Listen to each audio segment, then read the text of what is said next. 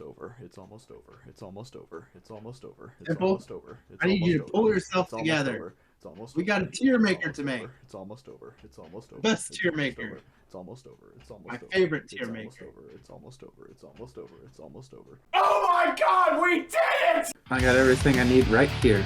This is the show, guys. It wasn't supposed to be this time. It's in your size. There we go. What are you talking about? This is exactly how we drew it up. Oh, hold on. We can start. They blocked the kick.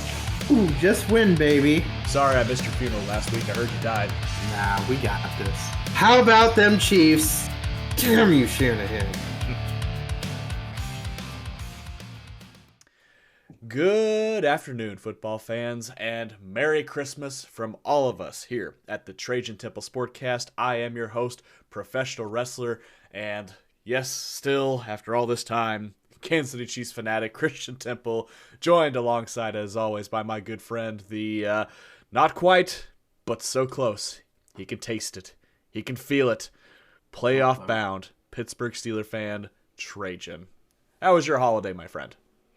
It's great. You know, excited, still hope in the year left. It's great. Mm-hmm. Yeah.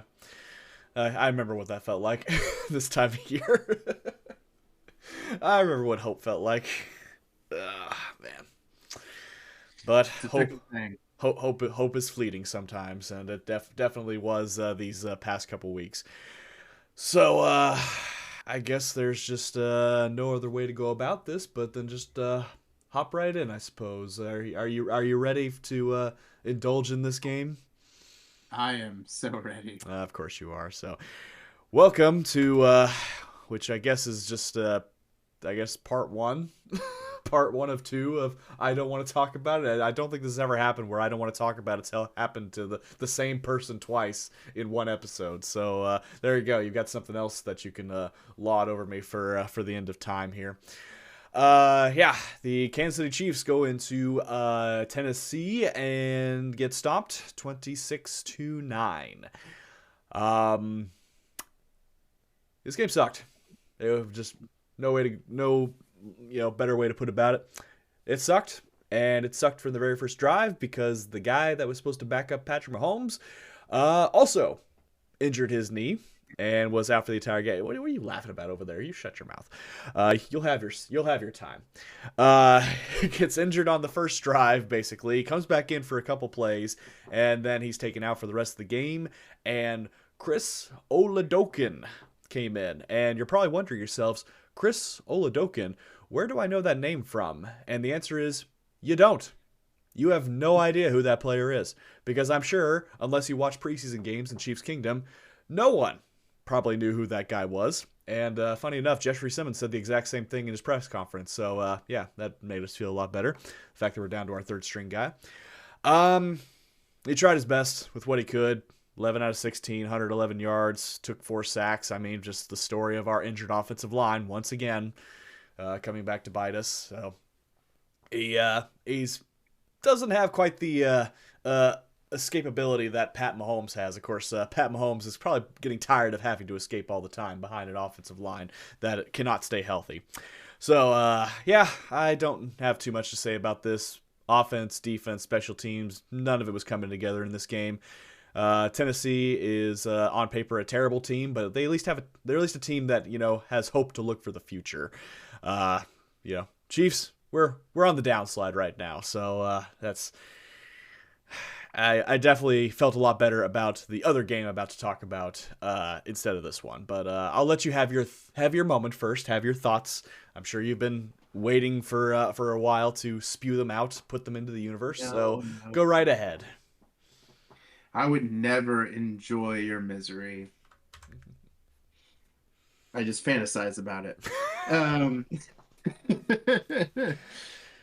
I was at my wife's family's Christmas, and I pulled up the game. I was like, who is this quarterback? At first, I thought it was like maybe a third string tight end or something. I'm like, no, it says QB. Mm-hmm. But I pulled it up when it was like 3-2. It's great.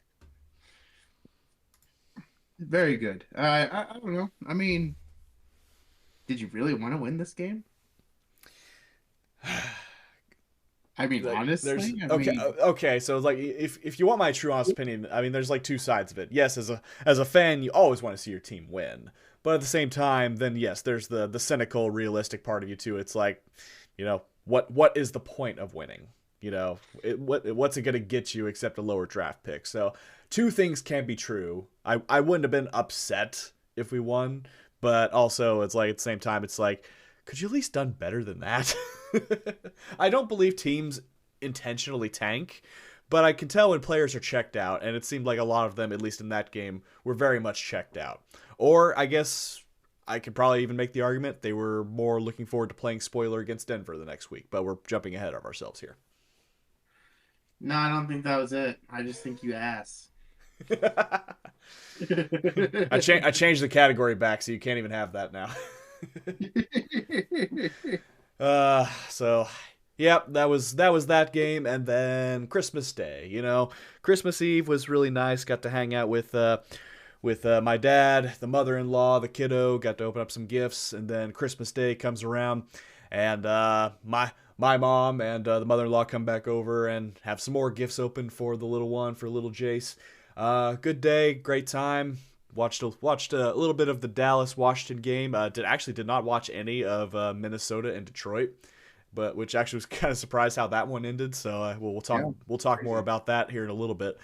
But I was fully committed. Like, no matter how the season's gone to, I was going to watch the Amazon coverage of Denver versus Kansas City. And even my dad, he doesn't have Amazon, but he listened to the whole game on the radio, listened to Mitch Holthus, the voice of the Chiefs.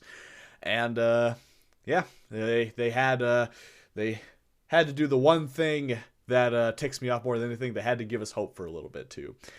And I really don't think we really need to do I don't want to talk about a part. Wait, hold. No, get that out of here. No, don't put that there. No, absolutely not. Get out of here. Shoo. Says me that edits these videos. But yes, as you can see here, the Denver Broncos finally get the sweep of Kansas City. They get a win at Arrowhead for the first time since 2015. And this time it was not because of Jamal Charles. It was because we were down to our third string quarterback. And our defense actually showed up this time. I have to give them credit. Defense held Bo Nix to 182 yards, one touchdown, and had a great interception. Nick Bolton finally got an interception. It was a Christmas miracle. Truthfully, the stats in this game really doesn't matter a whole lot. The thing that matters most is the fact that this might have been the very last time that we see number 87 on the field at Arrowhead. Now, there's been speculation that he's not going to go out on this note and all that too. He's got a pretty expensive wedding to plan for here too. I think his mind's going to be off of football for quite a while after this too. So, I mean, for what it's worth, let's see. I mean, like, he was still our leading receiver, only had 36 yards, but still leading receiver. Well, what a better way to go out. Would have been cool to see him get a touchdown, but it was nice for Oladokin to get his first touchdown as a starter, and Brashard Smith got his first touchdown as the Chiefs' starting running back. So, good on those guys too. Have to give one little critique here: the fact that our freaking veteran defensive lineman Chris Jones jumped off sides when we had the opportunity to force a 3-and-out and hold them to a field goal. They end up getting a touchdown soon afterwards, and I got to give Oladokin credit. They were driving down the field, and for a moment there I thought, oh, if we by some miracle do get a touchdown, are we just going to go for the win and go for two? But didn't have to worry about that. Fourth down throw overthrown into the back of the end zone. Broncos hold on by a score of 20-13. Not quite slating themselves in the AFC West Championship and first round bye, but that did help their odds go up. So this upcoming Saturday matchup between Houston and LA is going to be very interesting. I definitely know I'll probably be watching that in the between time when it's kind of slow at work. So it'll be a fun game no matter what. So. Alrighty. I gave you the floor on the Titans game, so I guess I am not going to give you the floor on this one. I'm skipping ahead. No, I don't care. No, go ahead. Oh, I mean, it's just so great that we're one game away from being, stay with me, 6-11. I hate this timeline. Everything that I've been preaching for years is coming true. The chickens have come home to roost, and you must pay. Blind squirrel finds a nut eventually. Oh man. But Well, yeah, go ahead. it's okay though. I mean, you wanted to lose this game. Honestly, I mean, you still got your MVP caliber future Hall of Fame quarterback. Get the top draft pick. There we go. I still can't believe people didn't have top draft picks. So. I still can't believe people are really, really trying to put stock into the fact that Jeremiah Love from Notre Dame is going to be the savior of our running game and all that too. It's like if our lineman can't stay healthy, then he's going to be Ashton Genty at this point. Your lineman can't keep your Hall of Fame caliber quarterback healthy. Hey, what are they going to do with a rookie running back? Hey, now we're not as bad as the Bengals O-line. Only thing separating you from the Bengals is you had some Super Bowls. Exactly. That's all that matters, baby. That's all that matters. Alrighty. Well, enough about me. Let's talk about you, I guess. You at least had something happy to look forward to the previous week. Yes, I mean, the rule on the field is a touchdown. Unfortunately. I can't believe he started that out by saying that. It's like at that point, it's like he should have just said the touchdown doesn't count because pass interference on the offense. It's like that's all he would have had to say. But not only the fact, and for audio you're not going to see this, but the fact that he not only said the ruling on the field is a touchdown, he put his arms up in the air to signal a touchdown. It was shady. God. So, I was watching this game. I got to where I could watch it in the second half. So, I hurried home from Gossel. Got home, started watching it. I mean, we were dominating in this game for quite some time there. And, of course, the fourth quarter happens. Like, every time. Fourth quarter, we let them back in. We were up 12 points. Well, you outscored him this time, though. Yeah. It didn't feel like it, though, did it? But yeah, so Aaron Rodgers had a great game, 27 for 41, 266 yards. But the big stud is Jaylen Warren. 2 back-to-back 45-yard touchdowns. Man, I feel bad for anyone that left him on their bench in fantasy. I know. I had DK Metcalf, who decided to just, crash out at the last second. We'll talk about that a little bit later. But, yeah, no. Jaylen Warren, it was the running backs. And then our top wide receiver is Gainwell, who had a stud of a catch. I mean, did you see that one? I did see that one. Yes, that one. I like in real time, I'm like, why is he getting up and running? That clearly hit the ground. And I'm like, oh no, it didn't. Imagine if you had running backs could do that. Amazing, right? That'd be so good. 481 total yards. 481. I mean, it was a defensive showdown. Rushing wise, our defense held them. Like everything on fantasy was pointing towards Jamar Gibbs and David Montgomery to have a hell of a day because of our run defense. We held David Montgomery, who was their lead rusher, to 14 yards on the ground. That's in 4 carries. Yep. The craziest one is Jamar Gibbs. 7 carries, 2 yards total. They came to play this time. They came to play. Now, I will say they got down early on, so they had to throw. Jared Goff had himself a game. 3 touchdowns, no interceptions, 364 yards. Um, Most of that, I think, was in the fourth quarter, too. But, uh, but yeah, I mean, we didn't let Amon-Ra St. Brown just kill us. I mean, this defense is looking legit. And we have to stop and talk about one man on this defense right now. Joey Porter Jr. is having himself a year. He hasn't even, I still believe, let me see here. Yeah, he hasn't allowed a touchdown this year. There you go. He's been elite. I'm starting to think I'm starting to think Minka Fitzpatrick was the problem. I mean,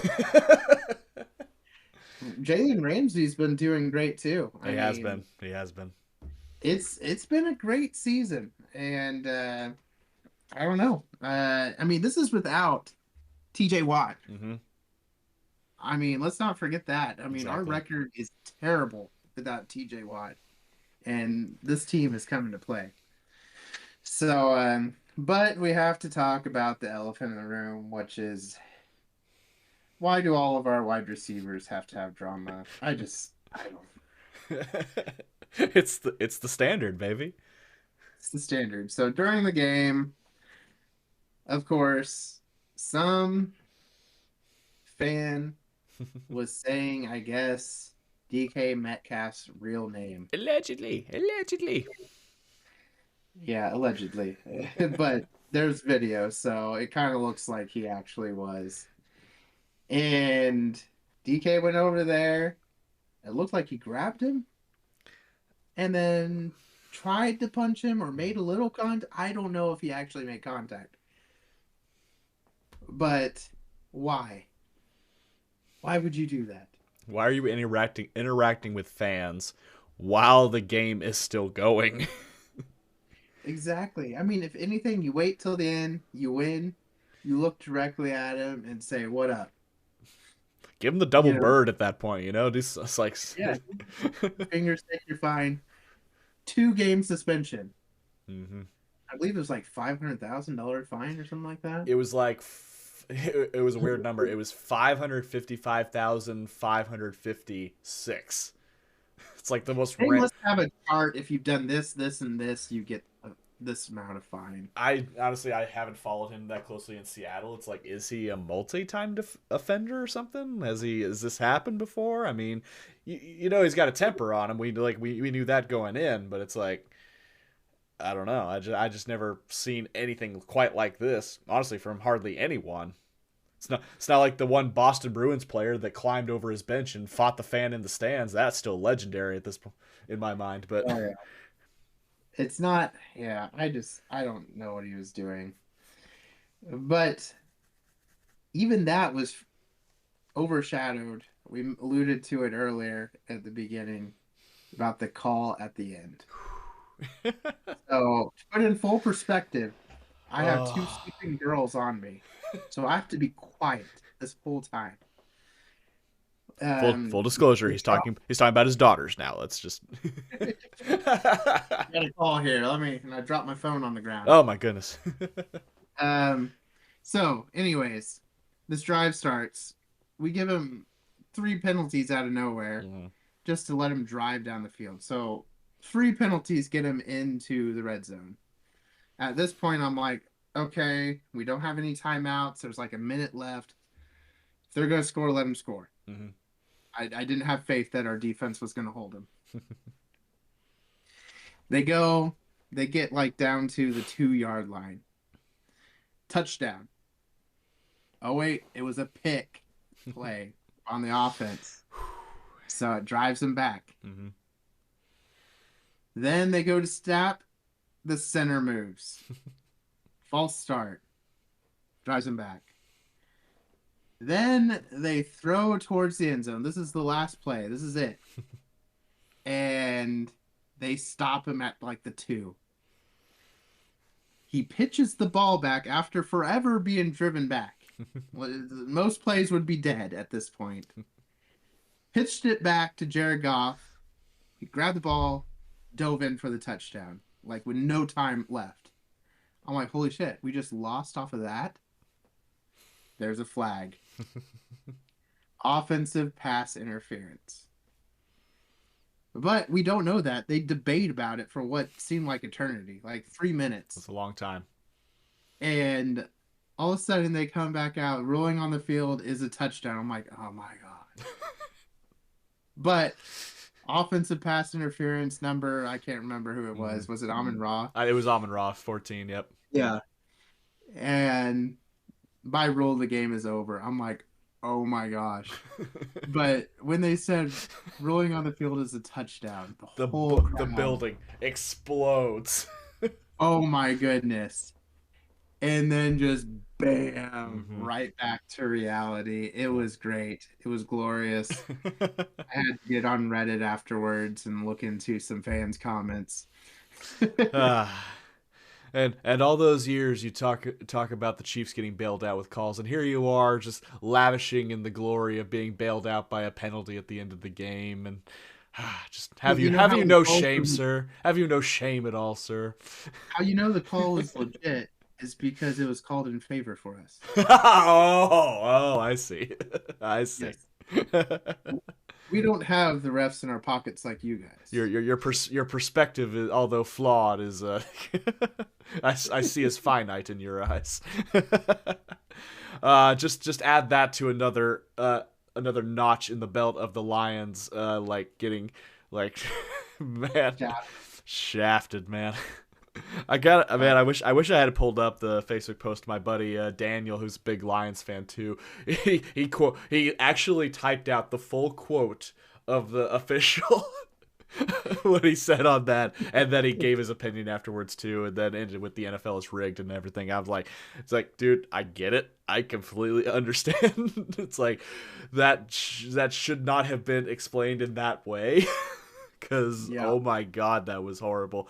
But no, you're right. And even, it was funny about that too, is like both sides, like both teams were pointing, the opposite direction. Because there was no clear cut of like, okay, was this offensive or was this illegal contact? I mean, what's going on here?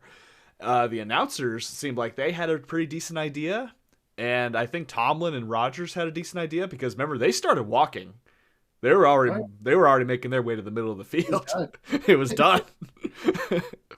But yep, as soon as I saw, was that Sean Hockley or I can't remember who the official was for that one, or I can't remember. I can't either. I know it wasn't Vinovich, but it was someone. But yeah, as soon as he said it and the arms went up, I was like, oh no. My heart dropped. Oh man.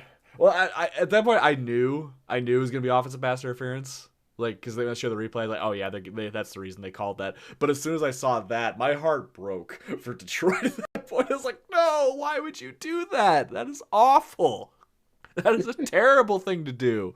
So, man, I mean, so to be fair, and we're gonna touch on this here in a little bit, Detroit had an opportunity on Christmas Day to help rebound and give themselves at least another opportunity at the playoffs.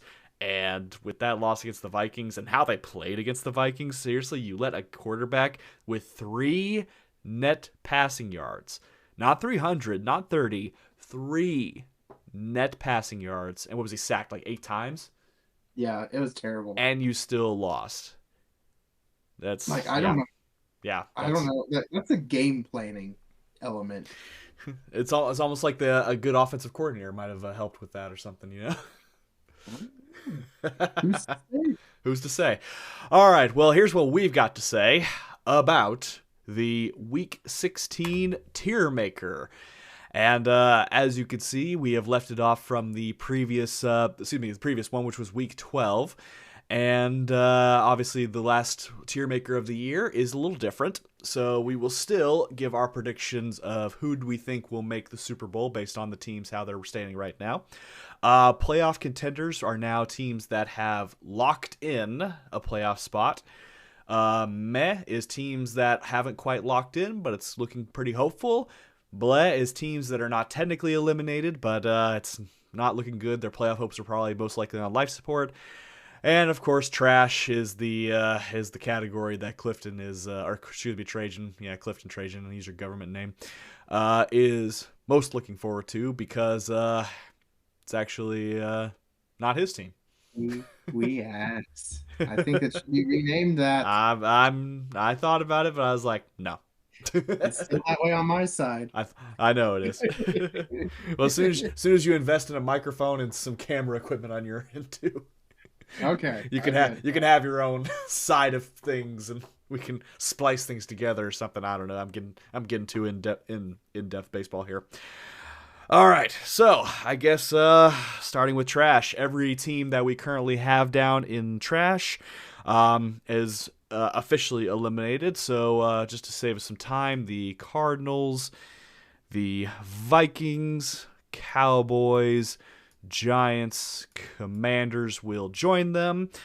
So I guess that makes us start with the Carolina Panthers, and although they have not clinched the NFC South yet, I think their odds are looking pretty good. I'm bringing them up to meh. I think so too. Absolutely. Which will then bring us over to the Houston Texans. I think their odds are looking pretty good. Their odds are looking good. I would say so. I would say so. But someone's odds that are not just only good, but actually locked in. Jacksonville. Jacksonville is moving on up. What was it? I saw the three coaches that are involved in the best turnarounds. It was Liam Cohen, Ben Johnson, and Mike Vrabel. Like, yep. What was it? Like, all those teams were like 4-win, 5-win teams, and now they're all basically locked into the playoffs now. It's been insane. Yep. I still can't believe the Bears. Exactly, which I guess I'll go ahead and do that too. They go up to playoff contender now too. Which now brings us to the 49ers. Somehow they're still there. They're in. They've locked in their spot. The LA Rams, man. I'm secretly debating, but I'm thinking LA goes up, and I'm just gonna go ahead and name my AFC or NFC contender. I got Seahawks for the Super Bowl. I'm bringing the Eagles back down. I think you have an old one because I had the Rams Patriots as last time. You may not have changed Super Bowl last time. But yeah, I'm liking Seahawks for my NFC team. They're gritty. They're getting hot at the right time. Sam Darnold is not seeing ghosts, unless he was visited by the ghosts of Christmas future and saw maybe he was holding a Lombardi one day. Yep. Alrighty. Well, I think you'll get good pleasure about this one. How are we feeling about the Baltimore Ravens? Baltimore Ravens are bleh. Bleh. It's not looking good for them. Do you want to know why? Did you hear the report on Lamar this week? Inside reporter said he's showing up late to meetings. Oh my God. No, I didn't hear about that. He's staying up late playing video games. They moved their practices to midday because he doesn't like early morning practices. They're saying they may have lost control of him. Now, this is where a great quarterback goes and returns the narrative back to, I'm the stud. I don't think he has that in him. I think he's a bleh team and a bleh quarterback. And truthfully, if there was any evidence that should suggest that this should be Harbaugh's last year, if he's lost control of the room, especially the QB room, it might be something to be thinking about now. Yep. Alrighty. Well, I guess that now brings us to the Green Bay Packers, who actually clinched without having to do anything. Yep. Unfortunately, I needed them to win, but well, it's not over till they say it's over, right? All right, who we got next? Got the Denver Broncos. So I have the Denver Broncos and the New England Patriots side by side here, and I made my decision for the NFC Super Bowl team. The Colts were who I had up there previously, and obviously the Colts will be moved down to blah, talking about fall from grace there, because their odds aren't looking spectacular. Between those two, and I guess it doesn't even have to be those two if you wanted to, who do you see potentially being the Super Bowl representative of the AFC? So this one here I've been thinking about. And there was a Super Bowl not too long ago where the Seahawks were in it. And the Pittsburgh Steelers were in it. Knew it. I knew You're it. All right. Well, at least you're doing it and not me. No. At least you're jinxing them, not me. As things stand, Broncos. Broncos. There you go.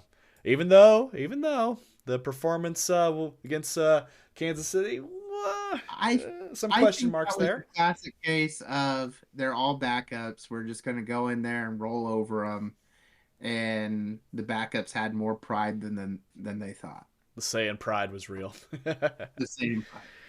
Alrighty. Well, there is also pride in the Patriots, the Bills, and the Chargers. But how are we feeling now about the Tampa Bay Buccaneers? They're going down to blah. I mean, it was a must-win against the Carolina Panthers, and they didn't do it. I'll go one step further. They lost to Tyler Show and the New Orleans Saints. At home. At home. You lose to the Saints. You do not deserve to win this division. I don't care if it's a division rival. You could have had it locked up by then, too. You had your opportunity. Baker Mayfield wasn't clutch. Bryce Young starting to show something a little bit now. Alrighty. I think also I guess that means the last couple teams here. LA Chargers are currently, as we stand right now, qualify for the playoffs, but they could very well still take the division. Detroit, quickly bring you down here, and eliminated. It was a good run. I still hold, and Clifton can attest to this too. I am thankful for everything in this time. I don't think the dynasty is dead. Oh, it's separated. You can't have a losing season and still be a dynasty. I'm sorry. Watch us not. But the time has come. Down. Sad day, soldier. Sad day. Beautiful day. Glorious day. Glorious day.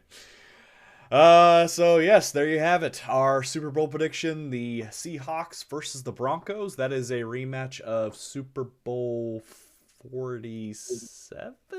No. Sounds 48. right. 48. Because 50 is the one Broncos won, and then 2 years ago it was 48 was the one. Yep.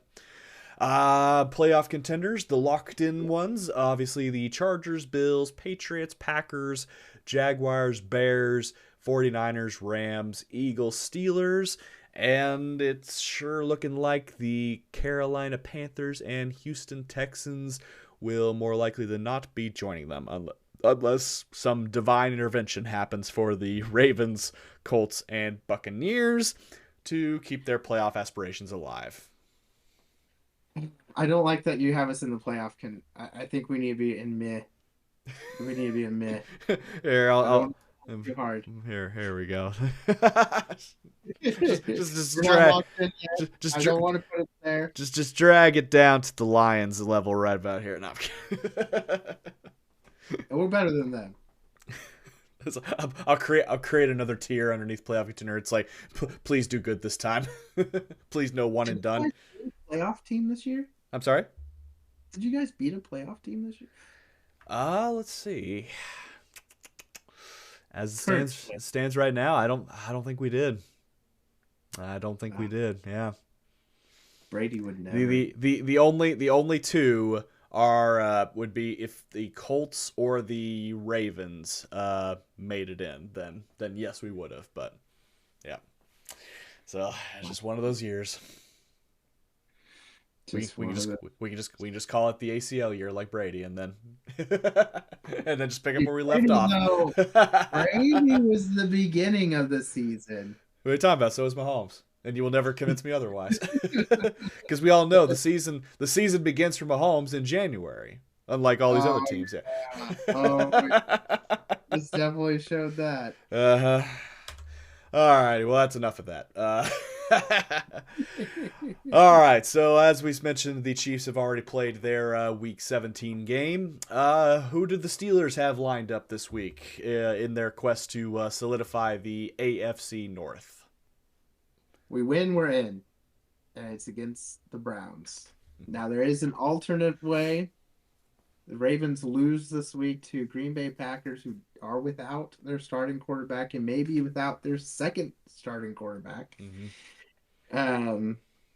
Then we get it without even playing. So hopefully it just even comes down to that. I mean, we could just rest our starters. There you go. We'll have to see what happens. There's some meaningful Saturday games, as we mentioned that game, and also the Chargers versus the Houston Texans, both playing for seeding, and Houston playing to solidify to wrap up the AFC South, maybe? Yeah, well, I guess. Let's see.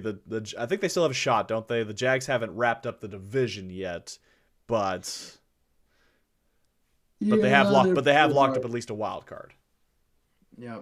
So. The sweepers of the West.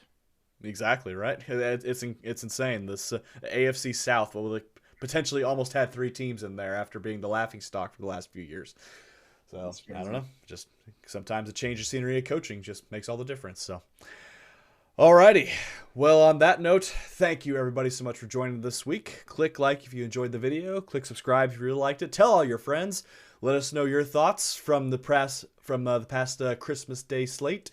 Do you enjoy having games on Christmas Day, or do you think they should just stick to us on the weekends in the holiday season? We'd like to hear from you. That's kind of been a point of contention between fans, having to take time away from loved ones to watch football. But yeah, it's the way it goes sometimes. Oh yeah, no, it is what it is. But I'm kind of with that camp. Leave Christmas alone. There you go. All right. Thank you everybody so much for watching. This is Temple and Trajan.